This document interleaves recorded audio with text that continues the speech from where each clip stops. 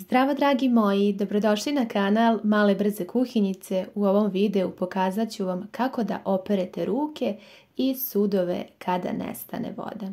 Ovo je jedan fantastičan trik. U mom gradu nedavno često nije bilo vode, pa ovo je način na koji sam štedela vodu, da tako kažem, i pomogla dosta sebi u tim trenucima.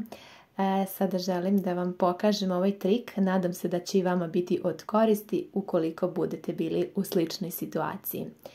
Ovdje imam jednu flašu vode koja je napunjena i uzela sam jednu iglu i ovako pri samom dnu flaše napravite rupice. Možete ovako da pomognete i sa kleštima ukoliko vam je nezgodno sa rukom.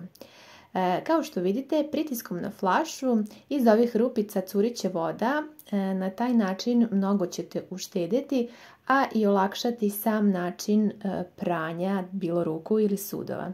Ja sam sada prvo oprala ruke, a sada ću vam pokazati i na primjeru jednog prljavog tanjira. Malo sam ga nasapunjala i sada ću ga isprati na ovaj način. Jako lepo se isprao, tako da je ovo zaista fantastičan trik. Može neko da vam drži ili ako nagnete flašu prema napred, onda će voda sama da curi iz tih rupica, tako da možete i sami da koristite ovaj fantastičan trik. Kao što vidite, tanjir je u potpunosti čist kao i moje ruke. Ono što je još bitno da napomenem jeste da pogledate koliko malo vode smo zaista potrošili. Tako da pored toga što je ovaj trik veoma praktičan, on je i veoma efikasan i ekonomičan, da kada su tako neke neobične situacije za nas i kada je ta voda toliko dragocena, da je zaista uštedimo na najbolji mogući način.